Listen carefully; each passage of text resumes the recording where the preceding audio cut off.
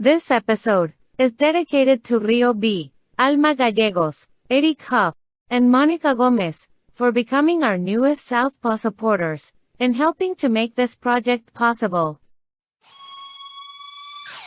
This is Sam. This is Steven. This is Angel. And this is Southpaw.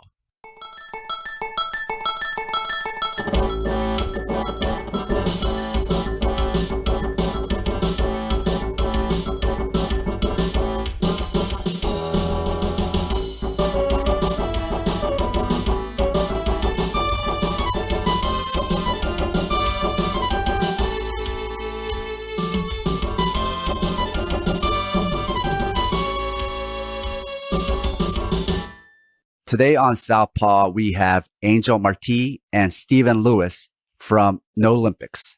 Welcome to the show. What's going on, guys? Thanks for having us, Sam.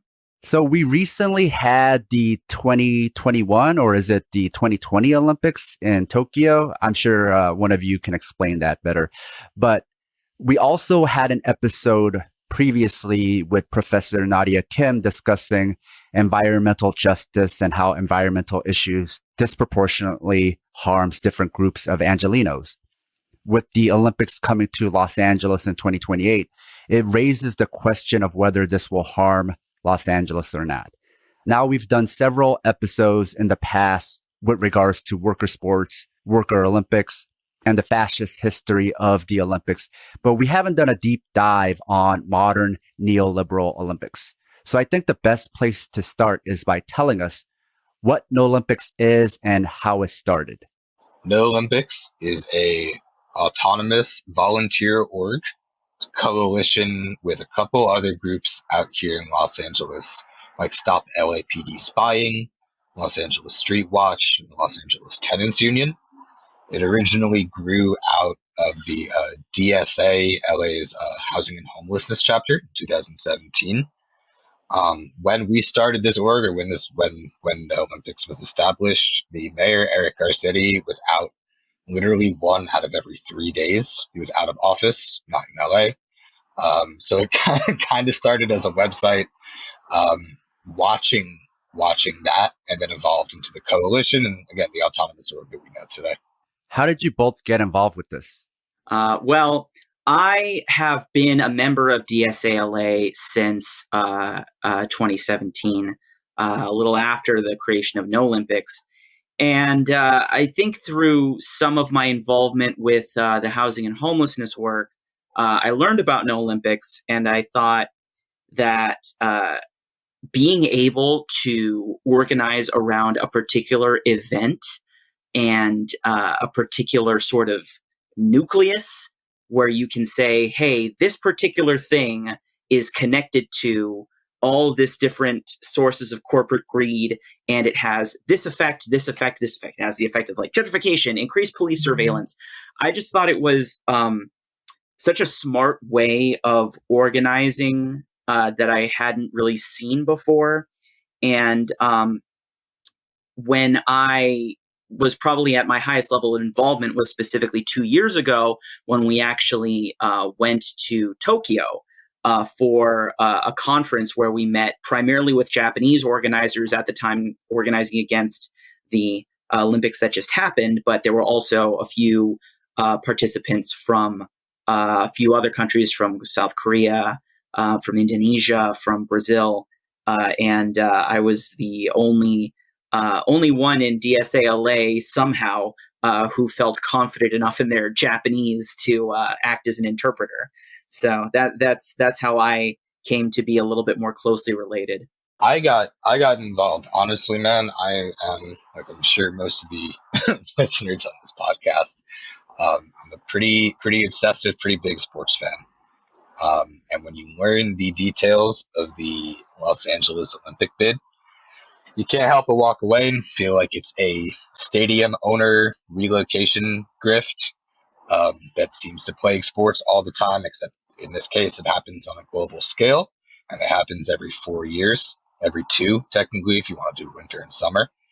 And it gets even more insulting when you learn that Los Angeles had this event in 1984, and it did not work well it gets even more insulting when you find out that this was not a democratic process, that voters didn't decide to bring the bid here, that there was no consensus or democratic interest in bringing the games here. And it gets even the most maddening when you spend a little bit of time in this city and you see the issues that Angel was talking about plaguing the city, specifically the inequity and the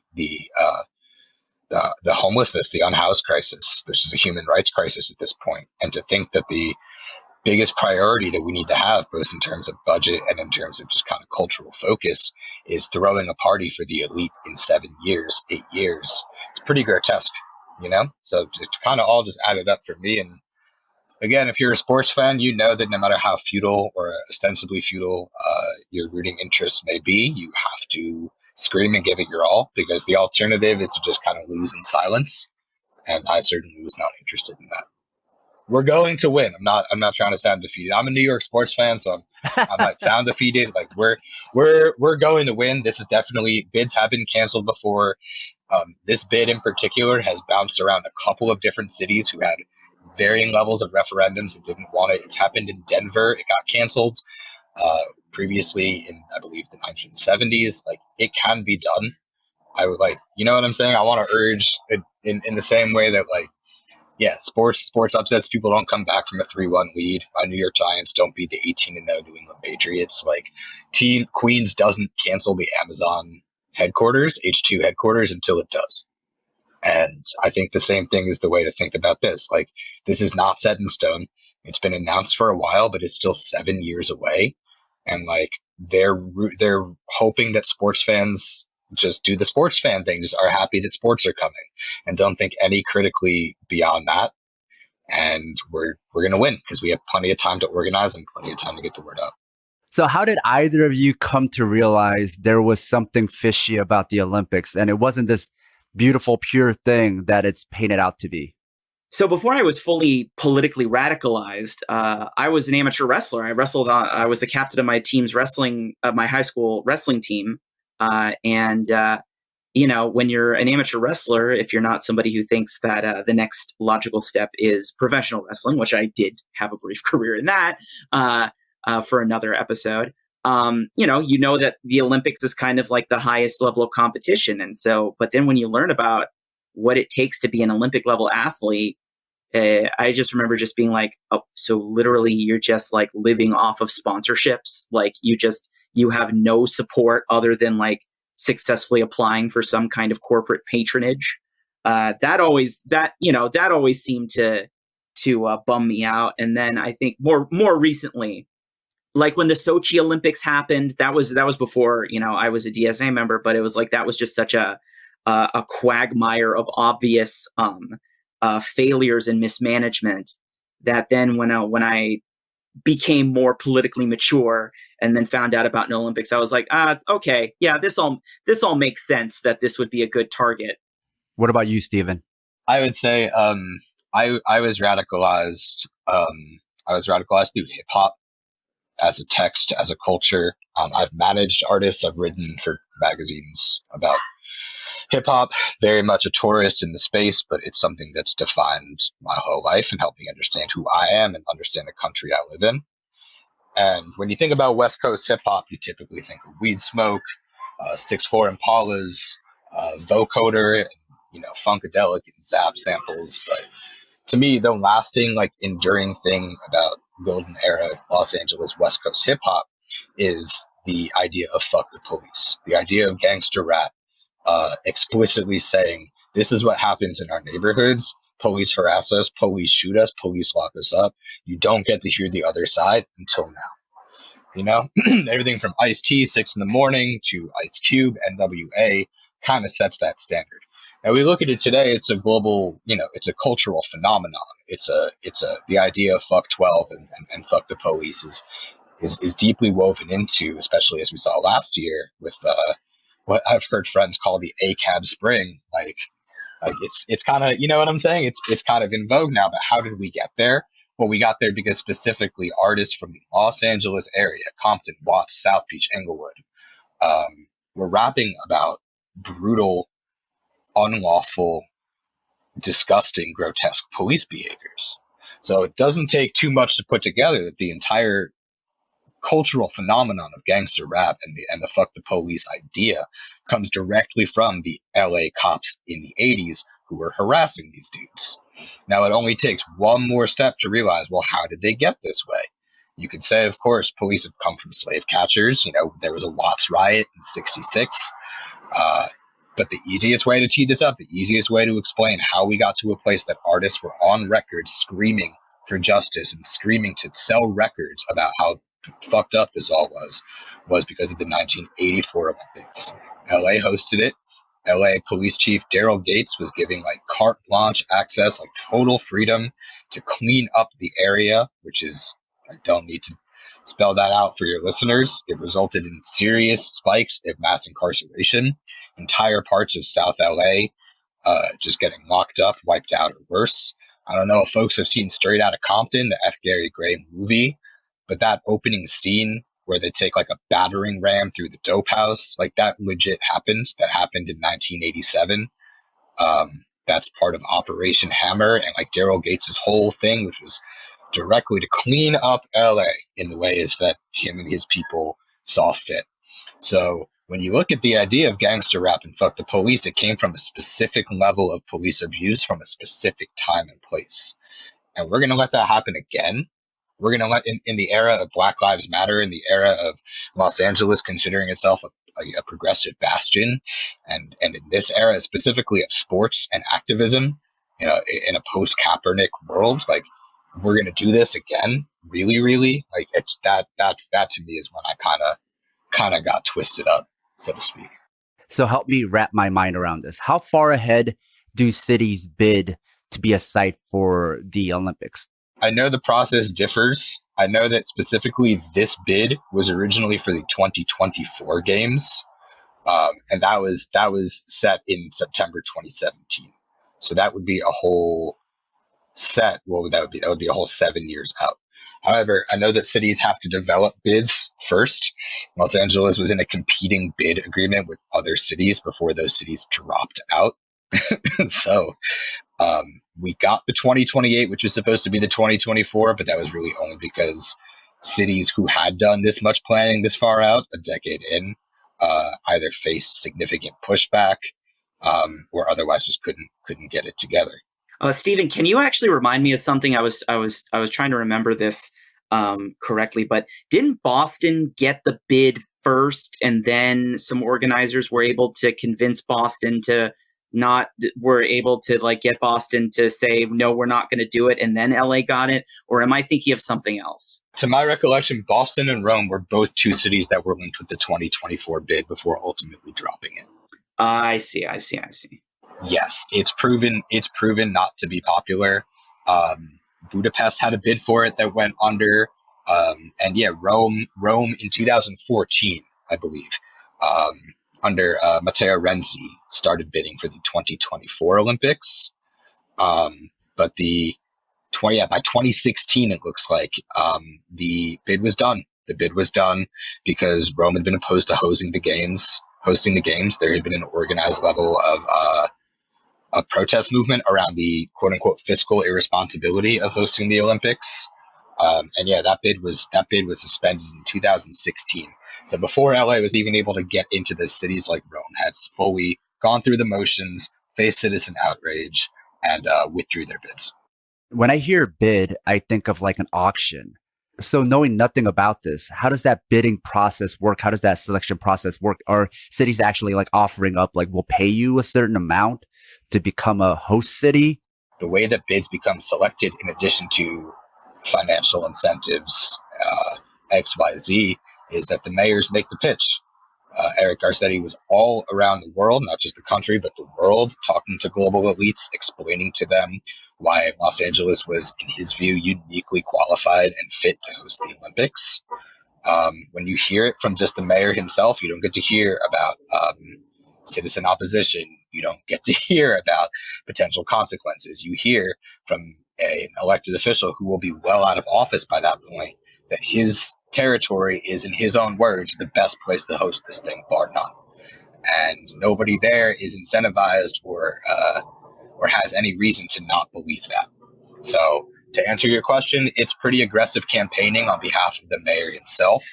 This bid also came together due to two multi-billionaires who are kind of kingpins in the LA media world.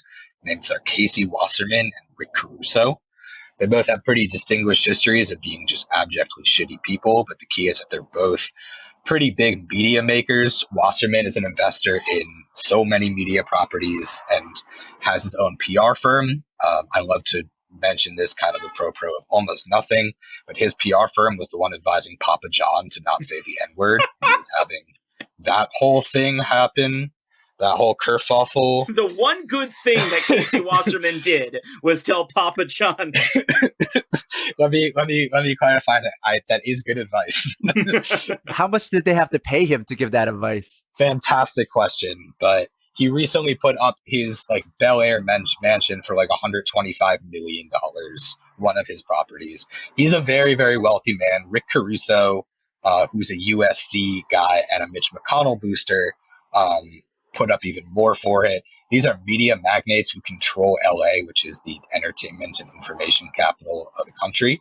So it becomes almost like, how is LA's bid not going to get accepted when you consider the circumstances, you know? Yeah, these are people who in all likeliness probably have drunken human blood at some point. It's just one of those, it's like, I'm sort of joking, but it's like if I found out that was true, I would not be shocked at all. These are just those kinds of ghouls. Just don't underestimate how much there is an incentive and a profit motive across the ruling class, specifically in America.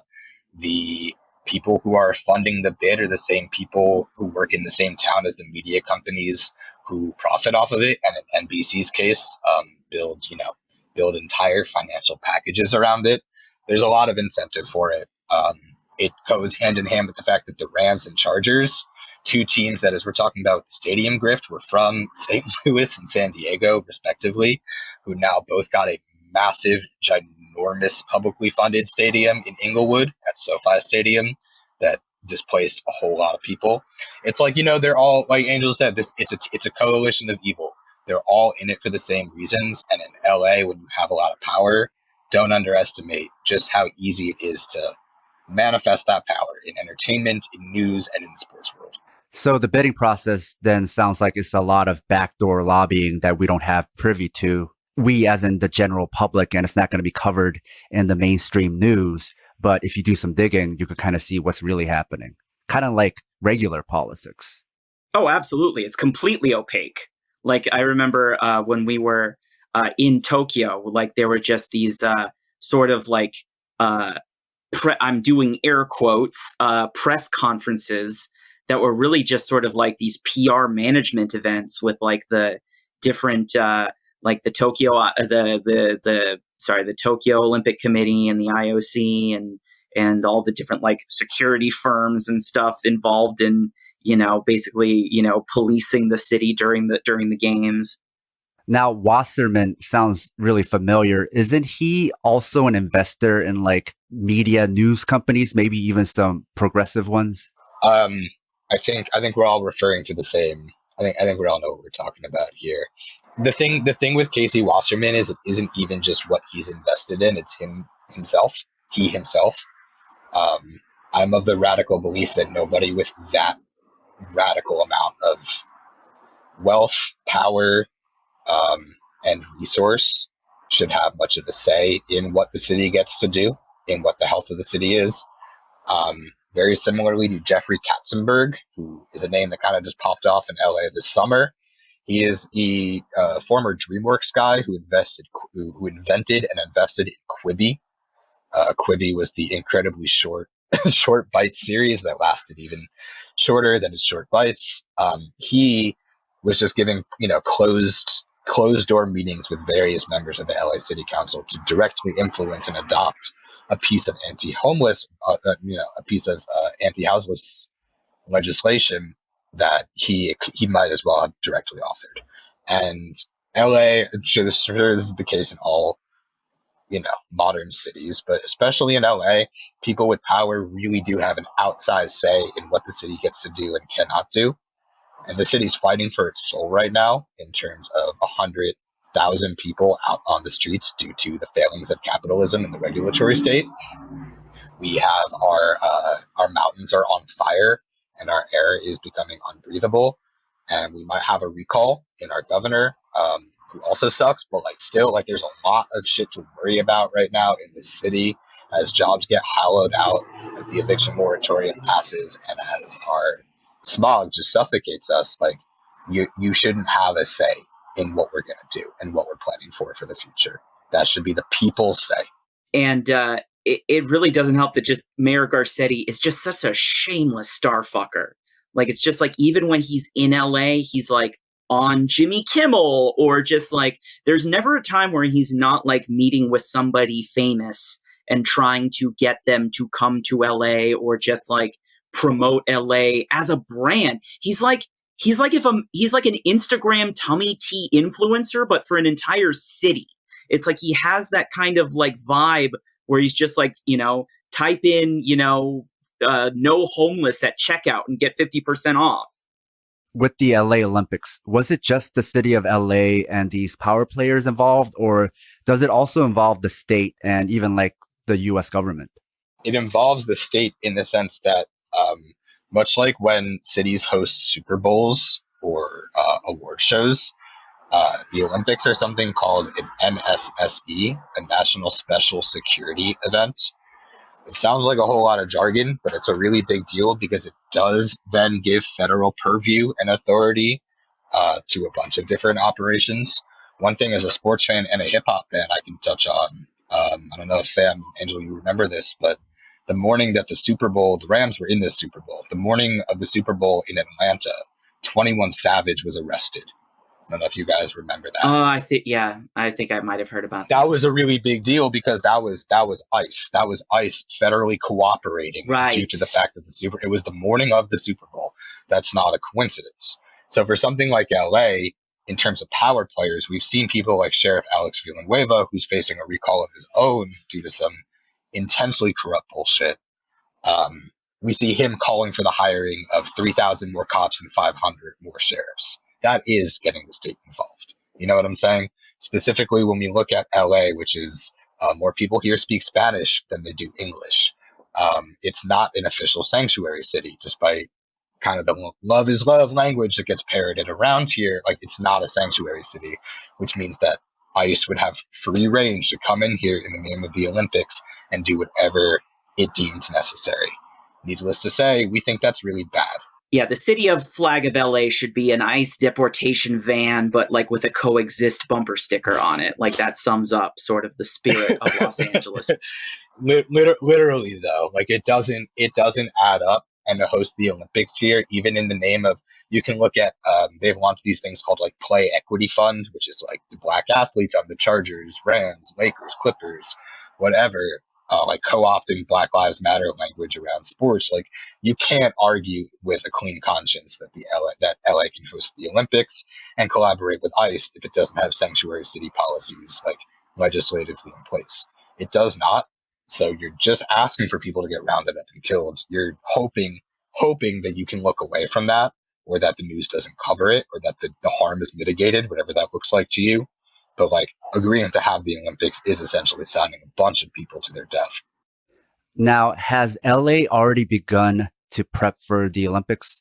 Oh yeah. I mean, the preparation was underway, once they got the bid. But it's like there's this thing called the LA 1984 Foundation, which maybe Stephen can explain a little bit more about what they are. But they're sort of just like this, financial trust that's been like helping drive a lot of the preparation for 2028. And so like, especially in the work that I've been involved with NOlympics, the thing that I've seen a lot specifically as a preparation is trying to make room for hotels, like in the Hollywood area and around mid-city. And a lot of the places that they're trying to knock down to make way for hotels are occupied currently by rent-stabilized buildings. And then, so you see a lot of taking advantage of this legal loophole called the Ellis Act, which is like a loophole in LA city law that says like you can't evict people from a rent stabilized building unless you plan to demolish it for a hotel. So we're seeing a lot of people, trying to fight off evictions for the sake of hotels. Stephen, I'll let you give a little bit more details if you want to about like LA 1984 stuff around that. LA 84 Foundation's a ghoulish assembly of just some of the worst people in this city. It was founded from the LA 84 Olympics.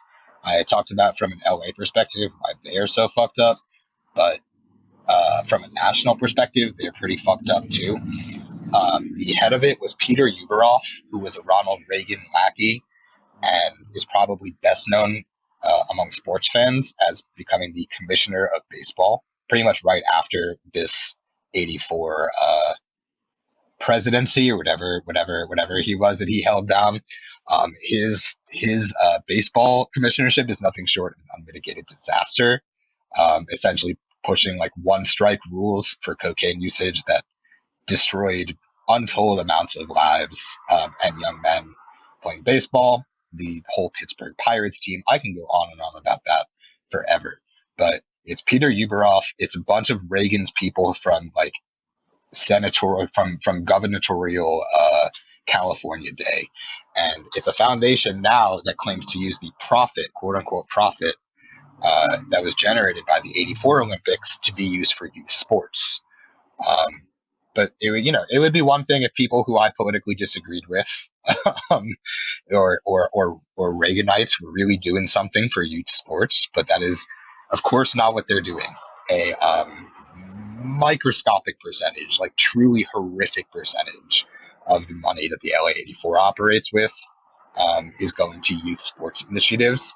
What is not a microscopic amount is the amount that they invest into things like BlackRock, other just massive financial institutions that have led to the homelessness crisis out here, the unhoused crisis out here, pretty much directly investing into capital funds that buy up all the available housing stock around here. And among other things, covered for folks like Larry Nassar, who was the head of the USA Gymnastics team that was brought down due to rampant and unapologetic sexual assault of gymnasts, and have just generally been a deflector for any anti-Olympic criticism with this veil of youth sports, which is just particularly evil to use kids when you're using so little of that money toward actually bettering them. And to go even further on that, we're talking about the whole look at the city of LA issue. Look at what's happening in LA right now, specifically the fact that 20% of kids in LAUSD public schools are sleeping on the streets, do not have like a permanent address. And looking at the number of young people that are getting killed by the LAPD in this pandemic, and to say that what we need to do is really improve the conditions of youth sports, of like privatized soccer leagues and softball and swimming conditions, is pretty perverse to me. Yeah, it's not like they're trying to invest in like schools where like kids, like public schools where kids are trying to play sports. It's just like, let's have another club, a soccer club for, Braden and Tucker, to play soccer at. The part about the Olympics that most of us don't hear about, then it sounds like it entails evictions, displacement, and the incarceration of the unhoused. Am I missing anything? Let me throw this to you, Stephen. Man, for sure. The Olympics are not subtle. They have a huge body count, and they seem to be proud of showing it off. Approximately 77,000 people were displaced. Almost all of Aboriginal and original Brazilian descent were displaced in the favelas in the 2016 build to Rio. That is an unconscionable amount of people moved for stadiums that are now collecting dust. In London in 2012, my girlfriend was living there at the time when it happened. I'm pretty sure since either 2012 or 2010, when the buildup, really ramped up, rents in that city have literally doubled. And that's not for every one vanity issue that is, and quality of life issue, that equals death. That equals putting more people on the streets, displacing people, in the name of building stadiums and creating a public party that has a very privatized reward. I would just look at Tokyo right now, some 80% percentages in the 80s for disapproval of this event by people themselves. We're not even just talking about consensus around the world or consensus among the left community. Residents in Tokyo in those briefings here said they did not want it overwhelmingly. And this was during a time where, quote unquote, listening to science was the perceived liberal, neoliberal way to go. That there was no reason why these games should have been happening while the pandemic was not fully contained. And they still found a way to make it happen. We're not going to know how many people got sick in Tokyo, let alone how many people were displaced, put on the street for even a short amount of time, and then facing a disease that that Olympics just brought in there for them to then reconcile with and survive. A note to our loyal listeners: if you love the Southpaw project, please support us and help us get paid for our labor by financially supporting us on Patreon. This will give you access to exclusive bonus content, as well as our private chat group on Discord. But more importantly, it'll help us supplement the cost of running this project, the incredible time and energy we put into it 7 days a week. And you'll be giving us some breathing room, not only to juggle Southpaw with our day jobs, but also to expand Southpaw into other areas. Show your Southpaw solidarity by supporting us at patreon.com/southpawpod.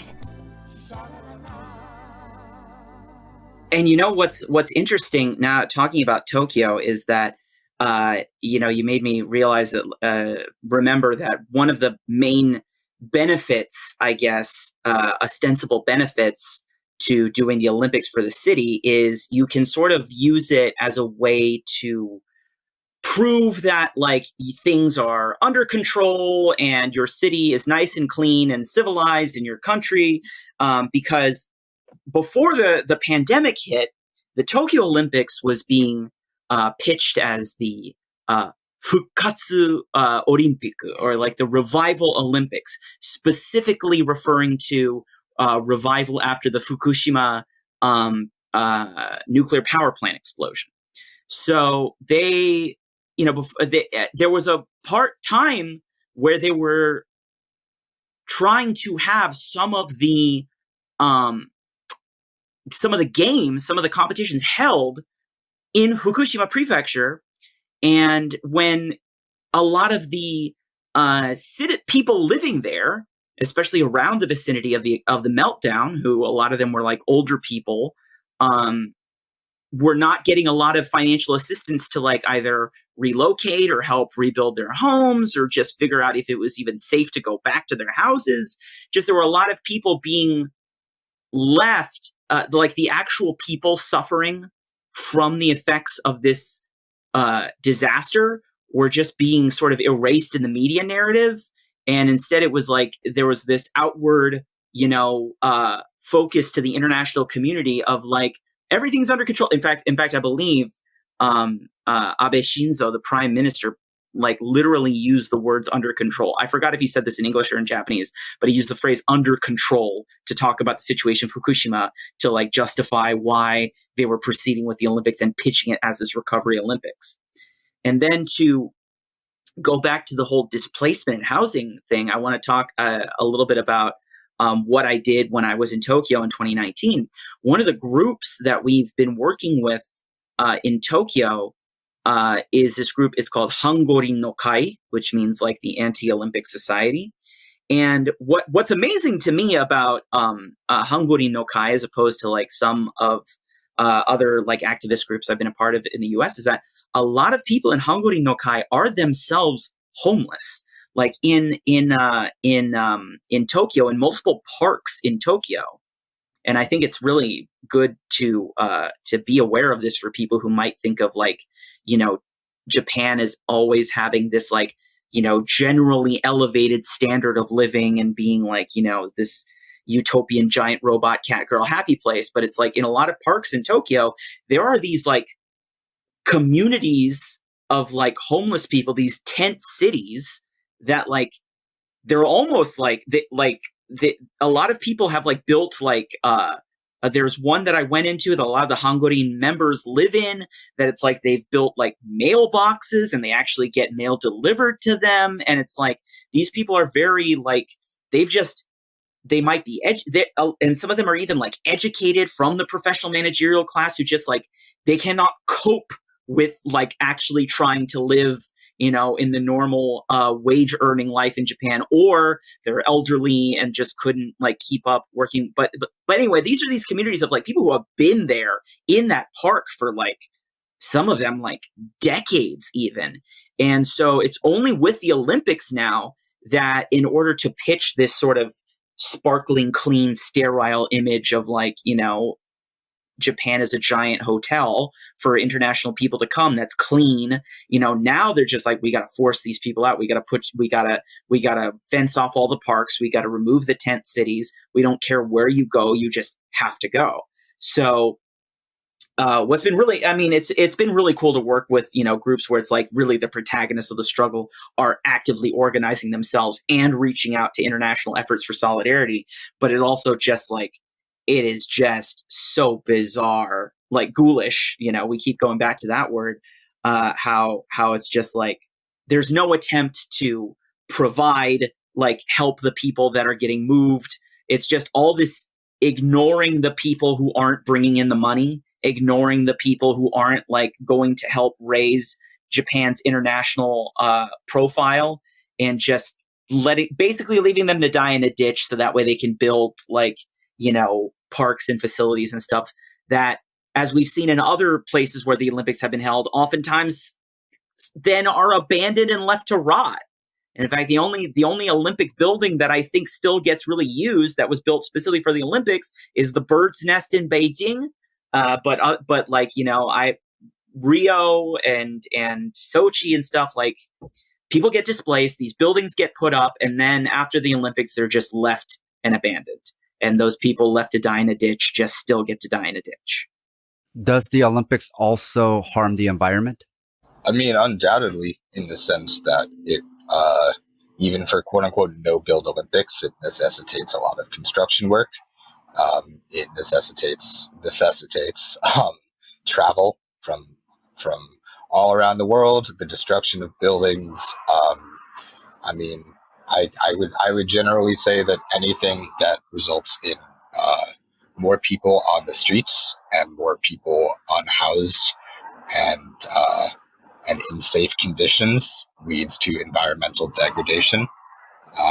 It almost seems like it's a cycle. The Atlanta Olympics in '96, I know, were brought in to revitalize the city, to give an image of a thriving metropolis. But in order to do that, you need to go take a lot of people out of their public housing and take a lot of other people on the streets and put them in jail. And now you have this problem again. It just continues to exacerbate the problem. And for an environmental movement that is, of course, deeply committed to not kicking the can down the road and addressing things now as opposed to not the next generation, we can't consign a whole nother generation of people to live shelterless, to live out in the streets, and to be casualties of entertainment and structure erecting. It all seems linked together to me. To go back to Tokyo specifically, there has been one incident of specifically environmental concern that happened earlier this year, which was, in order to get ready for the Olympics, they still wanted to try and like figure out how to quickly clean up waste from the Fukushima disaster. And so earlier this year, in April of 2021, Japan decided that they were going to dump 1 million tons of contaminated water from the nuclear plant just into the ocean.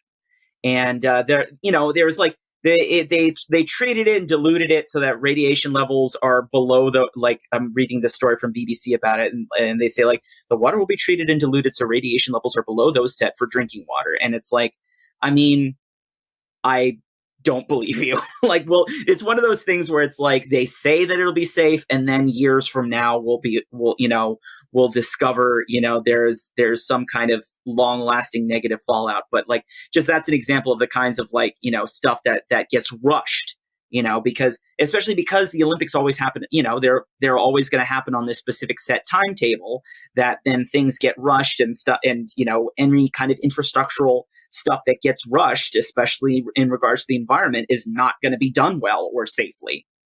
One of the names that has been used for the Olympics, I think, by environmental activists has been Dirty Olympics. I think historically, maybe not so much for LA, but historically, deforestation has been a part of the Olympics, especially like the Winter Olympics. Oh, yeah. They end up cutting down a lot of trees. So the Olympics to me reminds me of like a festive nuclear bomb that goes off in a city that only harms poor people, the unhoused, and the environment. Yeah, it's like an economic neutron bomb. So then why would a city want to have the Olympics? I would say I think the incentive structure is is pretty there. You have billionaires looking to create some sort of legacy in sports and entertainment. You have elected officials and other people of the state who will not be serving their term in power by the time that the consequences for this really come around. And you have a way to build unity in a pretty perverse sense, of course, but all the people who are on the other side of the oppression, these people's minds, get to celebrate being an American to them, maybe being an Angelino, maybe, but in reality, just a celebration of not having your life, completely fucking upended by forces of the state. And obviously, I think that's subconscious, but that is when we talk about unity and we talk about, events where sports or et cetera use the public space for the greater good. It's drawing class lines, and it's enforcing, no matter how mad we might be at these billionaires right now, we're all on the same team at the end of the day. And just obviously, there's a lot of incentive. There's a lot of reasons, especially for someone like Garcetti, in a city like LA that is so thirsty and rabidly obsessed with kind of celebrity verification and being liked. There's a lot of reasons why a city would want to host it. I think above all else, the city is not used to the will of the people actually being heard out. And I don't think they're used to organized oppositions. So why wouldn't you try this? That's how I see it. Seems like the main two ways that people make money off of the Olympics is via real estate and through media. And so then you mentioned two names, Caruso, who's a huge real estate magnate, and then Wasserman, who is probably also involved in real estate, but also a huge media magnate.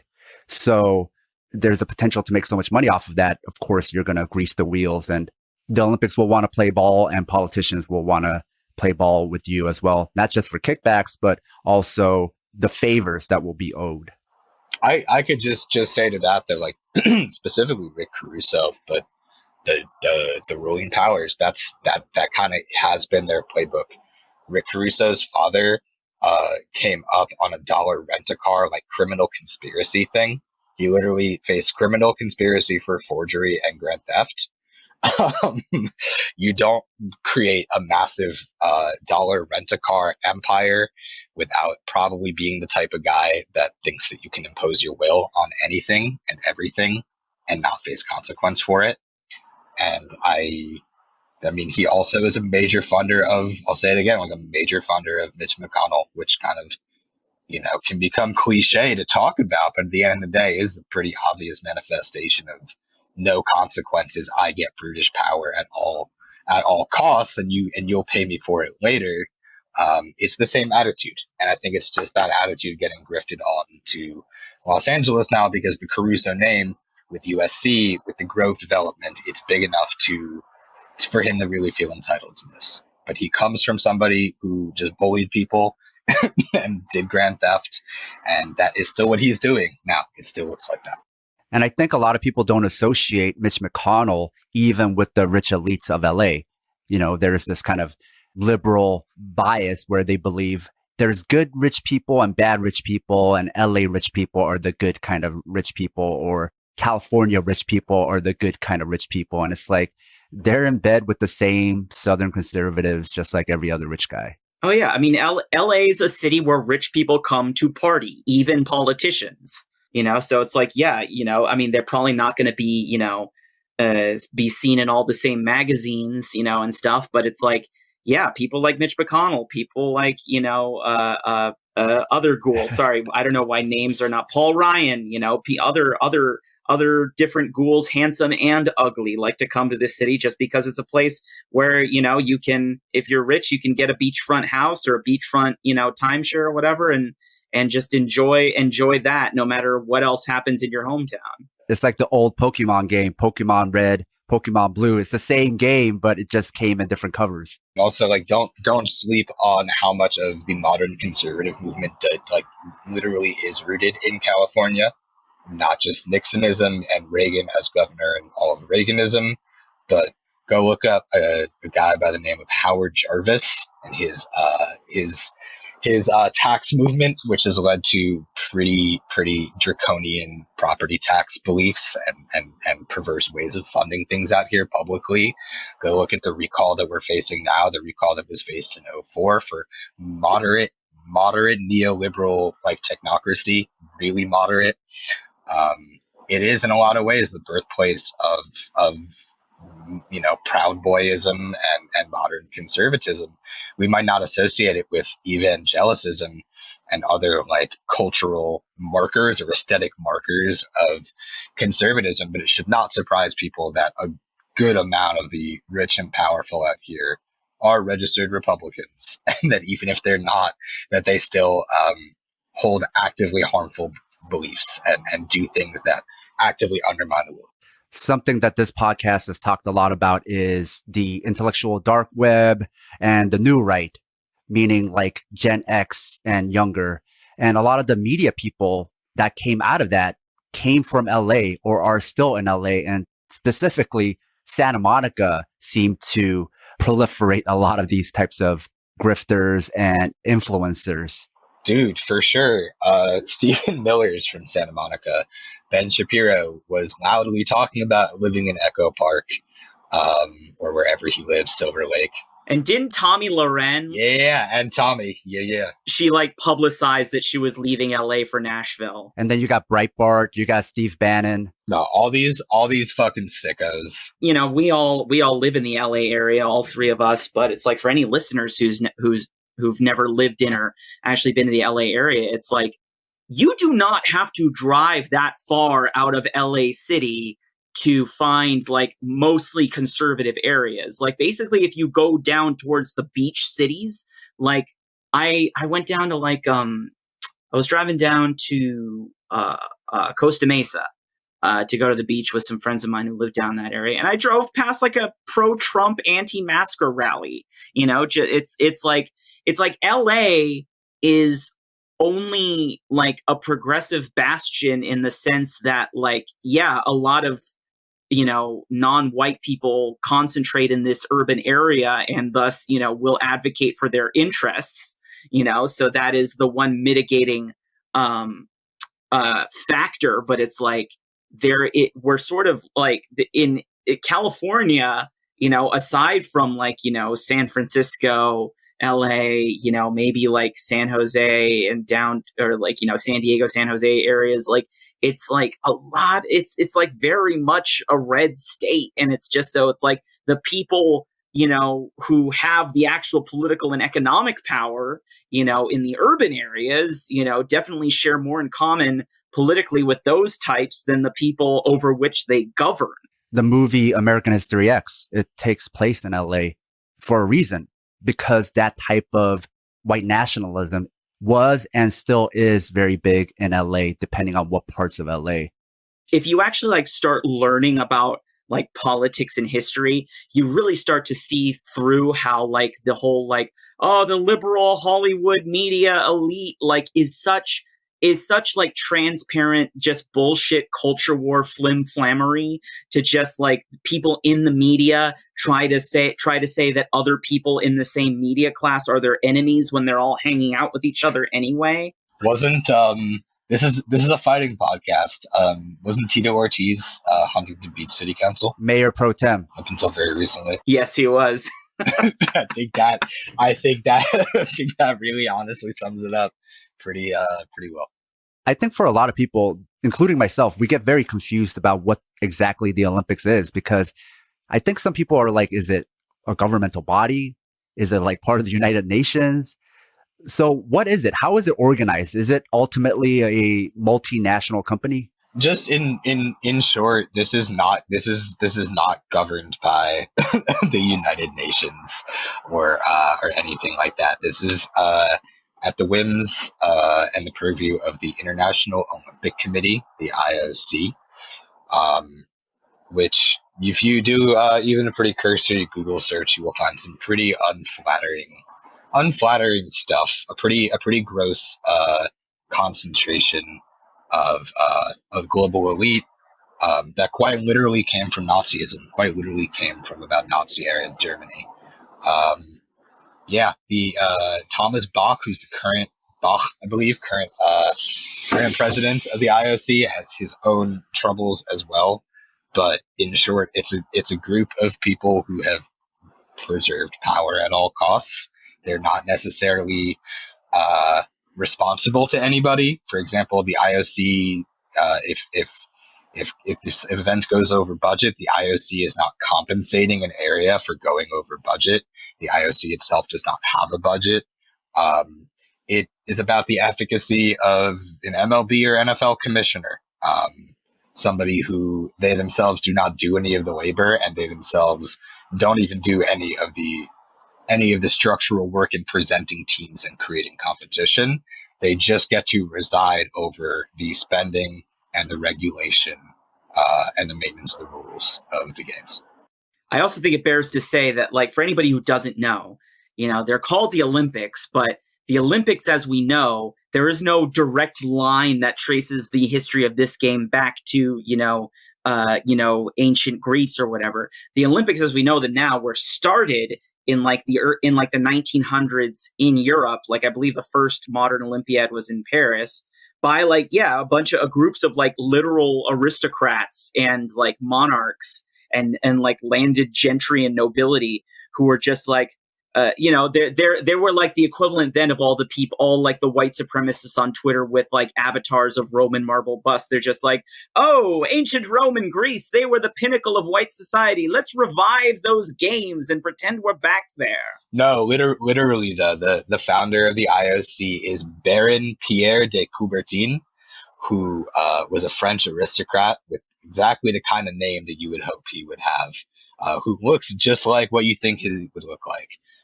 He said some pretty unsavory things about people of color, about women, and about poor folks, that the Olympics were essentially an exercise in refocusing and redisciplining our youth. I have a quote here directly about women's sports, calls them impractical, uninteresting, unaesthetic, and we're not afraid to add incorrect. So that's the founder of the IOC. Whose legacy was, once again, like Angel said, restoring nobility, discipline, class, etc. to the people. That's kind of the legacy. The IOC is the offshoot of this guy. It's kind of like what Mussolini trying to unearth the old Rome of Western civilization, right? Because things were too multicultural, things were not European enough, things were not this old guard enough, right? It kind of reminds me of that show, The Boys, where the main bad guy company is Vought. And it was started by Nazis, but enough time has passed and they've sophisticated themselves as being more like a CNBC capitalist company. And so people forgot the origins of the company and how they accumulated that wealth was Nazis. It's so good. It's just like that. Yeah, it makes sense that like the Olympics, as we know them now, were created at a time where it was like white supremacy really was clinging to this misinterpretation and reconstruction of Hellenic Greece, and ancient Rome as these like, bastions of white society as we think of it now. And that's like the whole like academic field of classical studies was sort of being created at this moment at that moment in time, and being spearheaded by people who were unapologetic white supremacists. So it definitely was. It makes sense that something that still bears the name Olympics in the 20th century would sort of just it like to the very marrow bears that legacy of just like, imperious of like 20th century white supremacist imperiousness. And as far as how it's legally structured, it sounds like it's more structured like one of those European summits for the wealthiest, richest people and economists to show up and come together to do, thinking about the world and becoming thought leaders. Like the G20. Yeah. Yeah, for sure. And if you think about it, the athletes who have livelihood in formalized professional sports, they don't like the Olympics. It's, as a basketball fan, like it's a running joke, like how few NBA hoopers like really give a damn about the Olympics. To my knowledge, I'm sure Angel or Sam, not much of a soccer guy, but to my understanding, like the Olympics are not nearly as significant as other major cups and championships and titles. And you know what I'm saying? And like, you're even the FIFA World Cup. Like, I think a lot of what the grace and nobility and our integrity of what we talk about is kind of just a holding captive of other sports. Women's gymnastics are not making comparable and fair salaries and getting that level of attention through domestic infrastructure. Their way to do it is exclusively through the Olympics. Same as college sports, which kind of gets to hold something captive and perpetuate its deeply unethical and amoral behavior, because gymnasts, wrestlers, as you mentioned, Angel, curlers, decathletes, swimmers, all types of folks who make their bread and butter and earn their athletic bona fides. The only way they can do that is through participation in the Olympics. We don't have to be displacing people for that to be done. We don't have to be doing a world tour of terror and financial albatross invasion and community invasion. People mention all the time, like, do we hate sports? Fuck no, we don't hate sports. Yeah. If you like sports, you should want to see an athlete community alternative to what we're doing, because right now you're on the same side as the anti-player empowerment people. Right now, if you're Olympics, you're taking the same side as the ownership instead of the players. And you're taking Roger Goodell instead of your favorite quarterback or defensive lineman or whoever. It's gross. And yeah, as of right now, the highest level of accomplishment is for a lot of people, both men and women, in their sport to go participate in the Olympics. But an alternative is possible, and it does not have to be as costly and destructive as the one that's given to us right now. The Olympics has such like a brand monopoly, if not like a functional monopoly on amateur sports, that like even other amateur sports that are like trying to build some kind of legitimacy as like an international competitive sport, they always end up having some kind of like,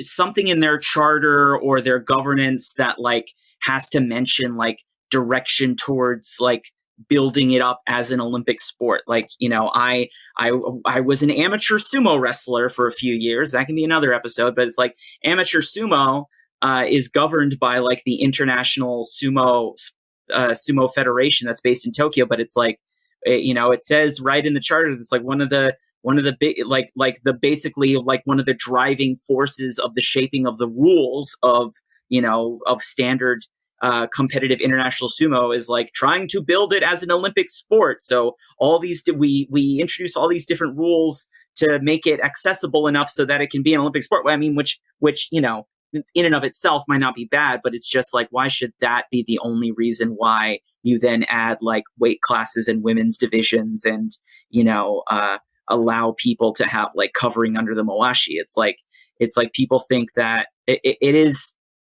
I guess like there is this idea that like in order for an amateur any international amateur sport to grow, it has to like hitch its wagon somehow to the Olympics. And just that it has a monopoly on, in addition to amateur sports, on the idea of international competition. Yeah. In Europe, they have, again, soccer. They have tournaments where countries get to compete for their side, for their glory, with their people, and an entire nation can rally around and, against whatever.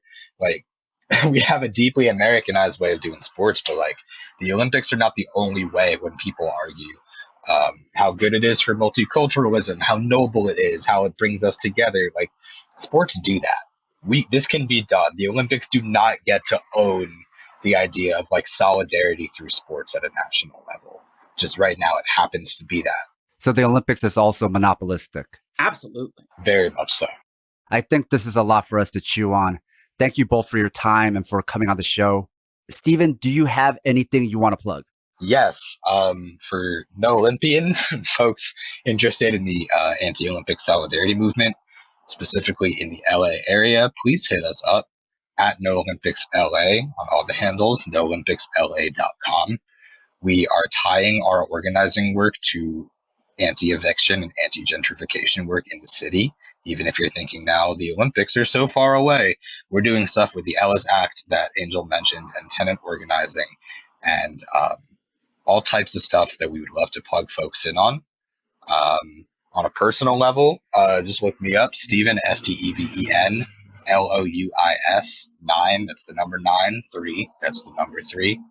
I am the director of development and co-founder of an organization called Edify, Edifye, essentially from families of police violence, looking to connect the tremendous cultural capital that pro athletes have, and the honor they take and wear in their cities across the chest, plugging them into, instead of charities, mutual aid, abolitionist work, and grassroots organizers to really move the needle most effectively. I'll put all that in the show notes. And as far as No Olympics, is this something that people can still involve themselves with or join? All the time. Yeah, I mean, we have canvassing efforts specifically for our campaign called Walks on My Block. Airbnb is a international partner of the Olympics, and needless to say, that's the Lob City, Chris Paul to Blake Griffin alley-oop of gentrification force. But we are going around, in addition to trying to identify areas that are being rented out illegally as Airbnbs and organize tenants under the Ellis Act. We are also just generally always talking about the Olympics, doing all types of things like this media appearance, getting the word out. So just because you're not here to actually canvass or join us in the streets or yell at Casey Wasserman's entertainment media office in downtown LA does not mean that you can't participate. This is going to be a war of like winning a narrative and winning information. They have the power, they have the historical infrastructure, and they have the things that our society deems the most sacred. But we have the people, and we need to spread the word however we can. We're making digital content all the time. You can always find ways to plug people in, even if they're not in LA.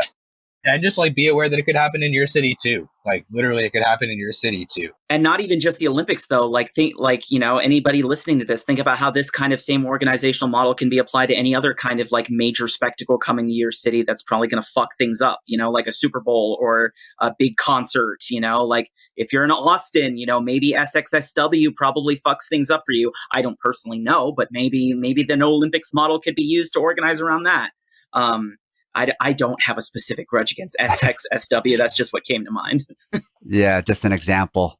And for you, Angel? Well, I specifically quit using most social media formats a while ago, so I don't have anything individual to plug. But Sam, you and I have a project coming up that we're going to be working on together. Shall I plug that? Yeah, please. Well, Southpaw listeners, Sam has finally started embarking on a journey that I've been, me and other Southpaw Dankies have been prodding him to explore, which is Star Trek.